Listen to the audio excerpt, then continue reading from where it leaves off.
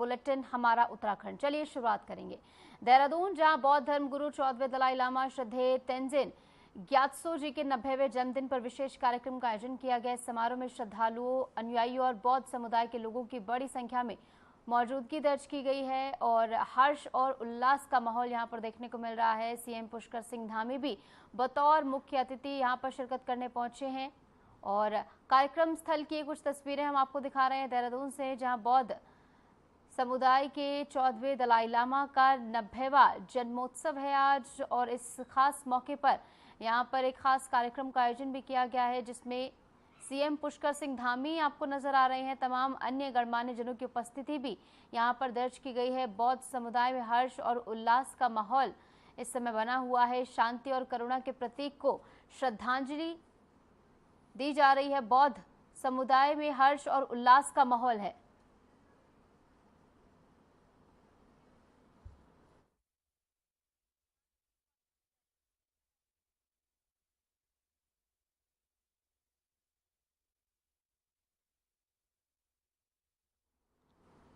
तो बौद्ध समुदाय में हर्ष और उल्लास का माहौल इस समय बना हुआ है।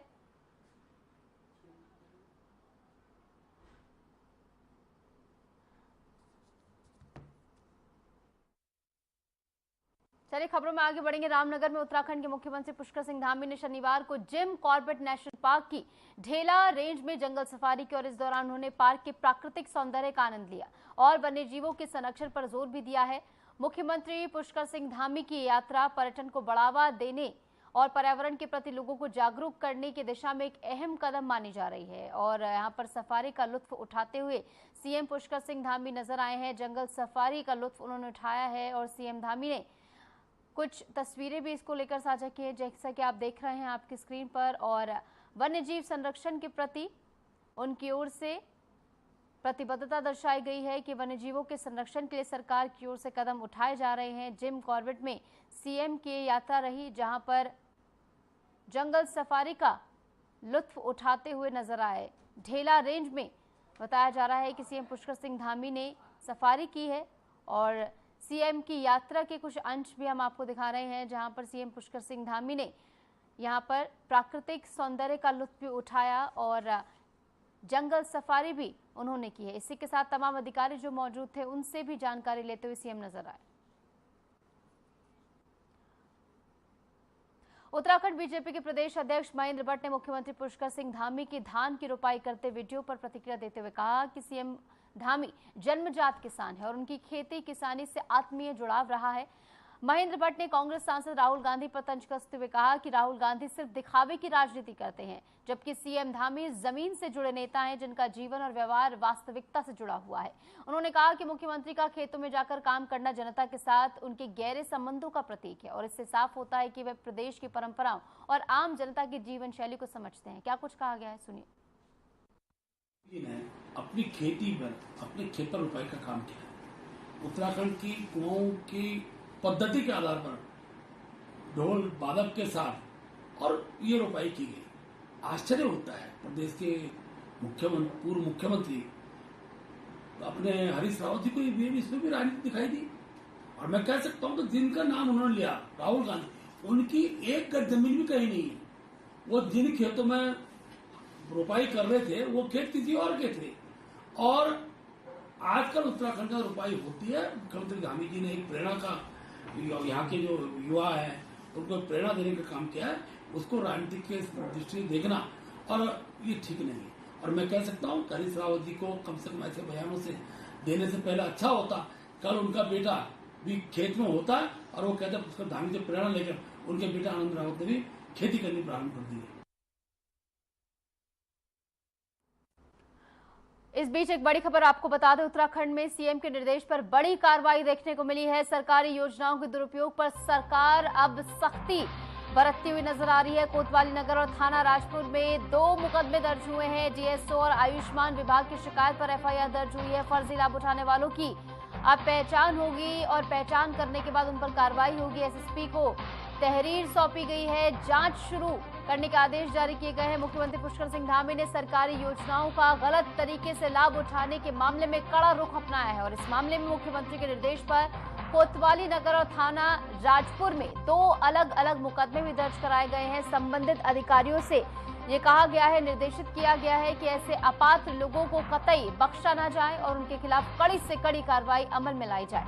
मामले में जिला पूर्ति अधिकारी देहरादून और आयुष्मान विभाग की ओर से वरिष्ठ पुलिस अधीक्षक देहरादून को तहरीर दी गई है। बताया ये भी गया है कि सरकार की ओर से 5 लाख से कम सालाना आय वाले लोगों के राशन कार्ड बनाए जाते हैं। अपात्र लोगों की ओर से राशन कार्ड बनाए जाने की शिकायतें मिलने पर पूर्ति विभाग ने राशन कार्डों की जांच की तो कई लोगों के राशन कार्ड फर्जी भी पाए गए हैं और इसी आधार पर ये लोग अपने आयुष्मान कार्ड बनाते हुए अनुचित रूप से स्वास्थ्य सेवाओं का लाभ उठा रहे थे। मुख्यमंत्री के निर्देश पर एसएसपी देहरादून ने मामले में कोतवाली नगर तथा थाना राजपुर को तत्काल मुकदमे यहां पर दर्ज करवाए हैं। दोनों मामलों में पुलिस गहनता से विवेचना कर रही है और ऐसे सभी लोगों को चिन्हित किया जा रहा है जिन्होंने फर्जी दस्तावेज तैयार कर सरकारी योजनाओं का लाभ उठाया है।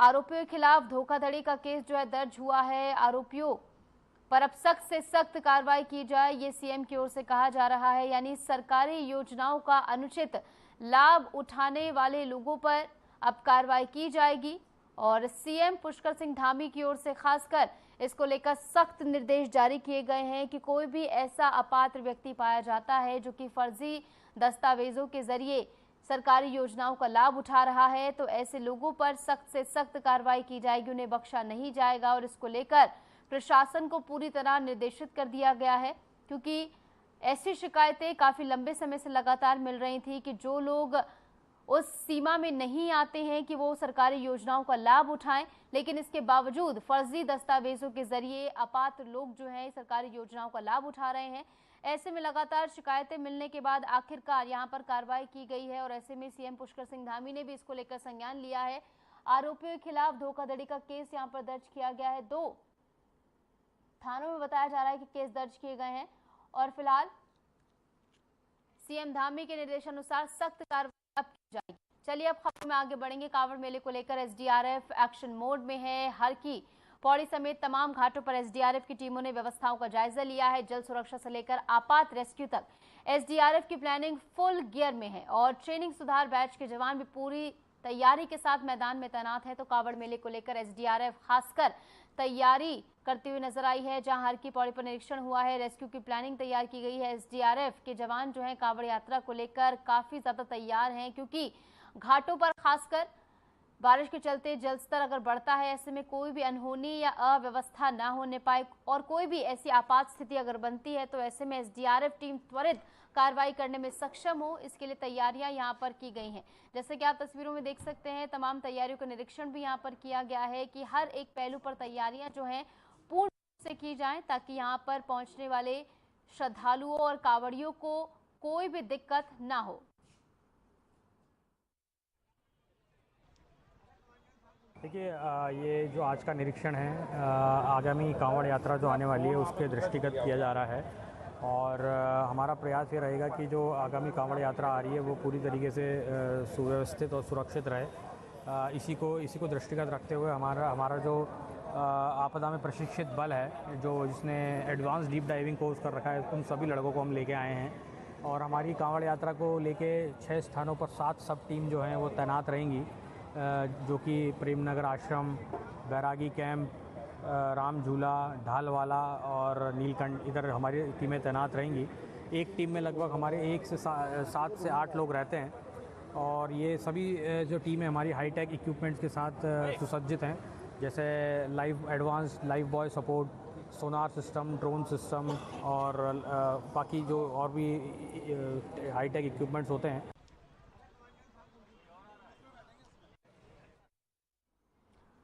खबर हरिद्वार से आ रही है। कांवड़ यात्रा 2025 में अब श्रद्धालुओं की सुरक्षित सेहत रहेगी।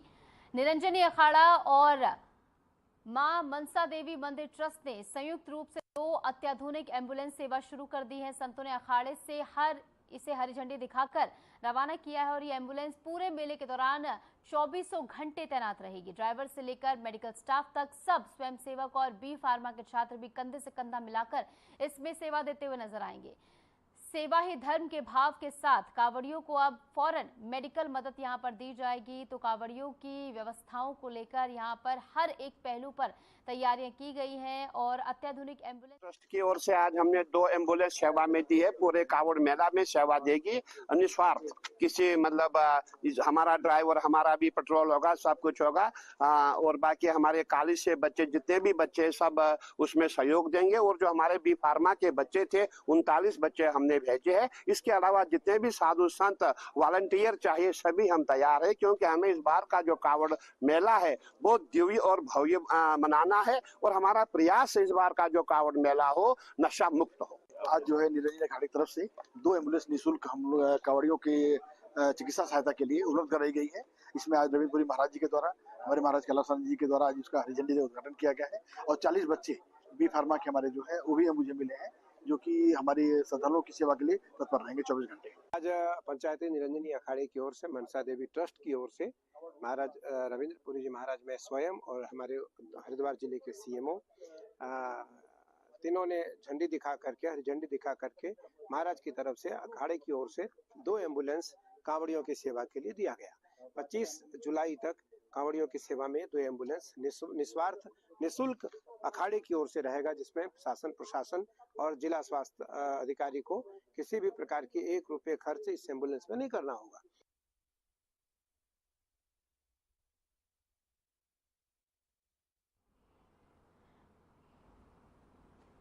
श्रावण मास की शुरुआत के साथ ही देवभूमि उत्तराखंड में आस्था की सबसे बड़ी यात्रा कांवड़ यात्रा 11 जुलाई से शुरू होने जा रही है।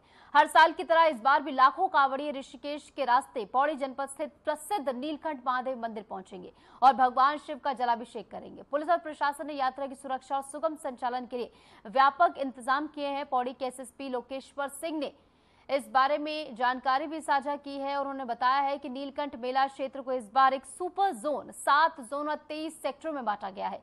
इससे भीड़ प्रबंधन और निगरानी को सुचारू रूप से संचालित किया जा सकेगा। यात्रा मार्ग और मंदिर क्षेत्र में करीब 1000 पुलिस जवानों की तैनाती की जाएगी। इसके अतिरिक्त सीसीटीवी कैमरे, ड्रोन कैमरे और कंट्रोल रूम जैसी व्यवस्थाएं भी पूरी की जा रही हैं। प्रशासन ने श्रद्धालुओं से सहयोग की अपील की है। यात्रा के दौरान किसी भी अफवाह पर भरोसा न करने और उससे बचने तथा निर्देशों का पालन करने की सलाह भी दी गई है।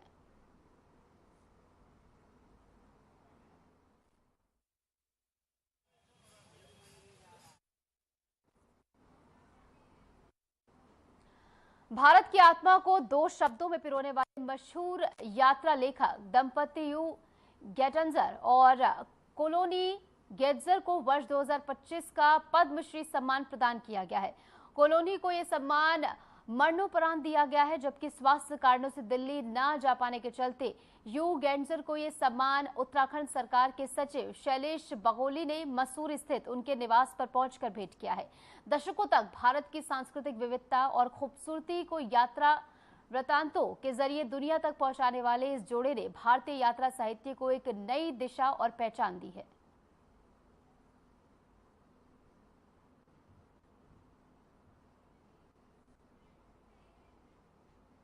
खबर देहरादून से है, जहां शहर में डेंगू से निपटने के लिए नगर निगम ने कमर कस ली है। अप्रैल में कुछ डेंगू के केस सामने आने के बाद से निगम ने पहली तैयारियां शुरू कर दी हैं। बरसात के इस मौसम में फिलहाल डेंगू केस नियंत्रण में है। प्रभारी नगर स्वास्थ्य अधिकारी अविनाश ने बताया है कि निगम की टीमें लगातार अलग अलग क्षेत्रों में निरीक्षण कर रही हैं। जहां भी गमलों या खुले स्थानों में पानी जमा मिल रहा है वहां लार्वा नष्ट किया जा रहा है। लोगों को डेंगू से बचाव के उपाय भी बताए जा रहे हैं।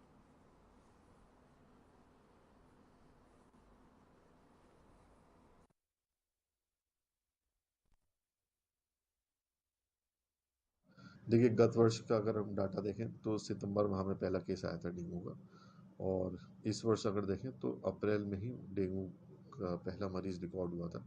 यद्यपि वो बाहर का था, परंतु हमारे यहाँ ही रिकॉर्ड हुआ।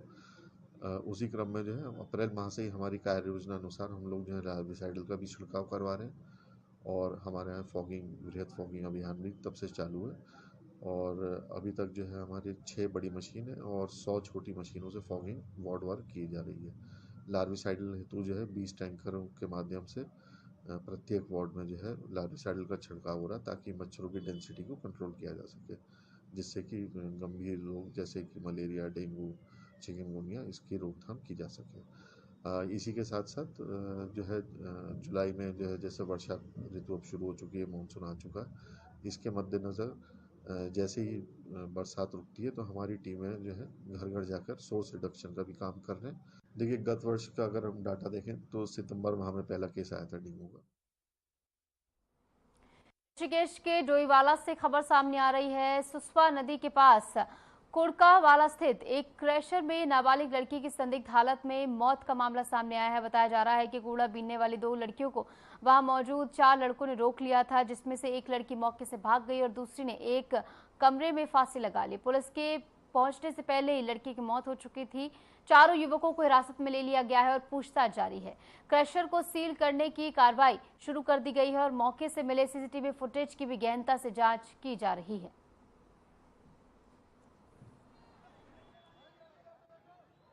आज दिनांक 5 जुलाई 2025 को डोईवाला थाना क्षेत्र में एक मामला प्रकाश में आया था, जिसमें वहां स्थित कुड़कावाला में स्थित एक स्टोन क्रशर में 3 बालिकाएं कूड़ा बीनने वाली वहां पर गई थी, जहां पर 4 लड़के थे और उन्होंने उनको चोर मानते हुए उनका पीछा किया, जिसमें से एक लड़की को उन्होंने पकड़ लिया और वहां पर स्टोन क्रशर में स्थित एक कमरे में बालिका को बंद कर दिया और पुलिस को फोन द्वारा सूचित किया।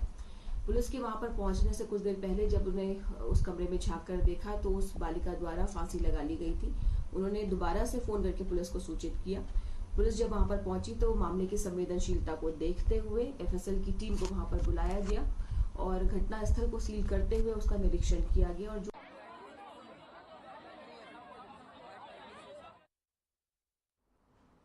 खबर हरिद्वार से है। पुलिस ने प्लॉट पर कब्जे की कोशिश को नाकाम किया है। तानाशाही दिखाने वाले पर हरिद्वार पुलिस ने शिकंजा कसा है। 3 महिलाओं समेत 8 लोगों को गिरफ्तार किया गया है। सभी के खिलाफ 170 BNSS के तहत कार्रवाई की गई है। पुलिस का कहना है कि किसी को भी कानून हाथ में लेने नहीं दिया जाएगा और ऐसे में पुलिस की ओर से कार्रवाई करते हुए इन सभी को गिरफ्तार कर लिया गया है। प्लॉट पर जबरदस्ती कब्जा करने का यह मामला, जहां पर पुलिस ने 3 महिला और कुल 8 आरोपी अरेस्ट।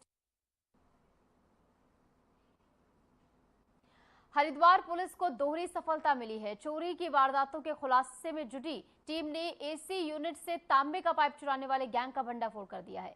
पुलिस ने बाइक चोरी के एक पुराने मामले को भी सुलझा लिया है और इस कार्रवाई में पुलिस ने 2 शातिर चोर, हाथी और तस्वर को गिरफ्तार किया है, जिनका आपराधिक इतिहास काफी लंबा है। चोरी किया गया तांबे का पाइप और मोटरसाइकिल बरामद कर ली गई है। पुलिस लगातार गैंग के अन्य सदस्यों की तलाश में जुटी हुई है।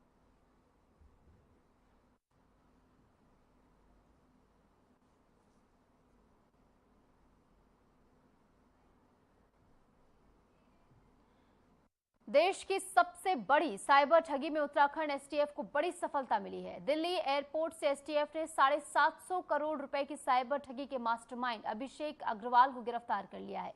आरोपी ने 13 शेल कंपनियों और पत्नी के नाम पर 28 फर्जी कंपनियां बनाई, 15 फर्जी मोबाइल लोन ऐप के जरिए लिए और देश भर के लोगों से ठगी उन्होंने की। इस अंतर्राज्यीय गैंग में चीन के 5 नागरिक भी शामिल हैं। भारत के युवाओं को शंघाई भेजकर वहां से भी ठगी की गई है, ये बात सामने आई है। ऐसे में पुलिस के हाथ ये बड़ी सफलता लगी है, जहां पर एसटीएफ की ओर से कार्रवाई करते हुए इसे हिरासत में ले लिया गया है। इससे पूछताछ फिलहाल की जा रही है। एसटीएफ अब गैंग के अन्य सदस्यों की तलाश में फिलहाल जुटी हुई है।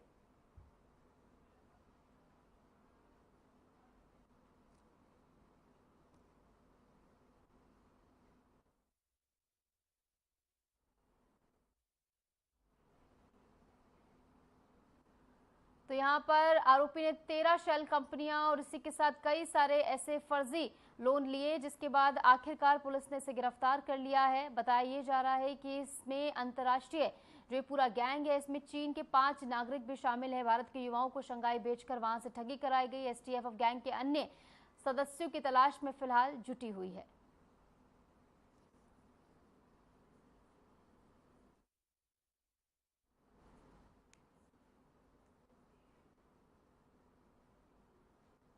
उत्तराखंड के चमोली जिले से एक राहत भरी खबर सामने आई है। उमट्टा में हाल ही में आई आपदा के दौरान पहाड़ी से गिरे मलबे में दबी कार को जेसीबी की मदद से बाहर निकाल लिया गया है। कार में सवार हरियाणा के 3 लोग समय रहते वाहन छोड़कर मौके से भाग निकले थे, जिससे उनकी जान बच गई। हालांकि लाखों रुपए की ये कार मलबे में दबकर पूरी तरह से क्षतिग्रस्त हो गई और कबाड़ में तब्दील हो गई है।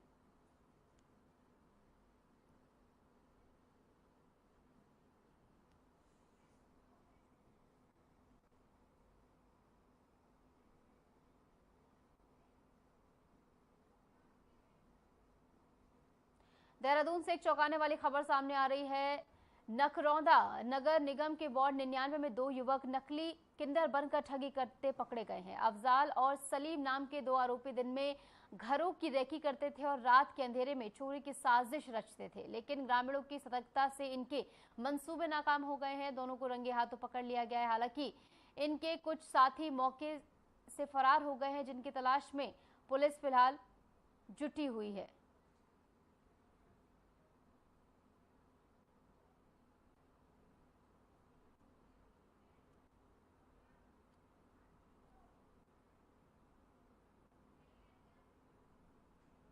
खबरों में आगे बढ़ी। हरिद्वार से लौट रहे कांवड़ियों के काफिले में उस समय तनाव फैल गया जब एक कार उनसे टकरा गई। हादसे के बाद गुस्साए कांवड़ियों ने कार को चारों ओर से घेर लिया और उसमें सवार महिला और बच्चों पर डंडों से हमला कर दिया। ये घटना मंगलौर कोतवाली क्षेत्र की है, जिससे इलाके में अफरा तफरी मच गई। सूचना मिलते ही पुलिस मौके पर पहुंची और स्थिति को काबू में लिया गया।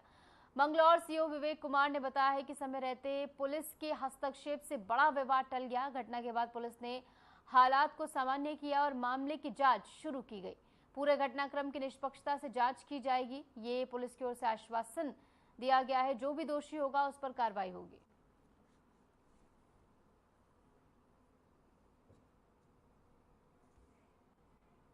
तो महिला बच्चों पर डंडों से हमला कर दिया। बताया ये जा रहा है कि एक कार अनियंत्रित होकर कांवड़ियों से टकरा गई, जिसके चलते यहां पर तनाव बढ़ गया।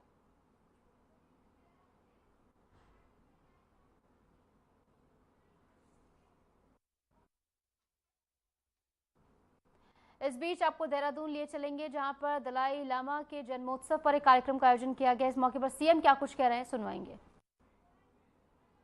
बुद्धं शरणं गच्छामि, धम्मं शरणं बुद्धं शरणं गच्छामि, धम्मं शरणं गच्छामि। ग्यालवार रिनपोचे तुंकार ला तासी दिलेग।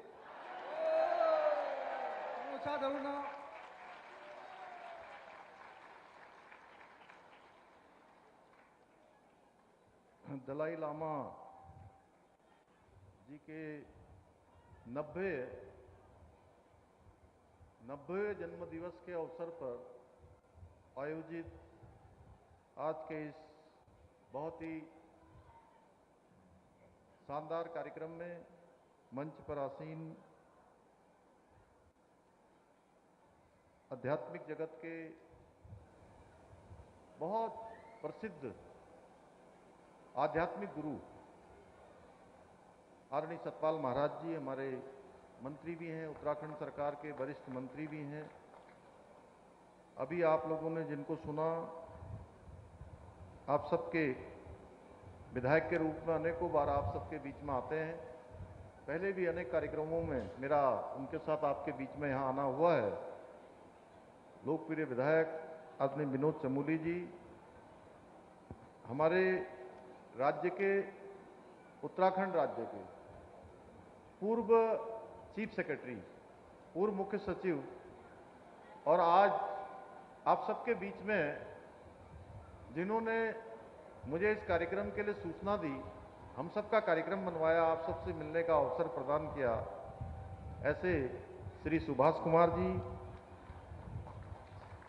सादाब शम्स जी, अध्यक्ष वक्फ बोर्ड। और फिलहाल के लिए हमारे इस खास बुलेटिन में इतना ही। नमस्कार।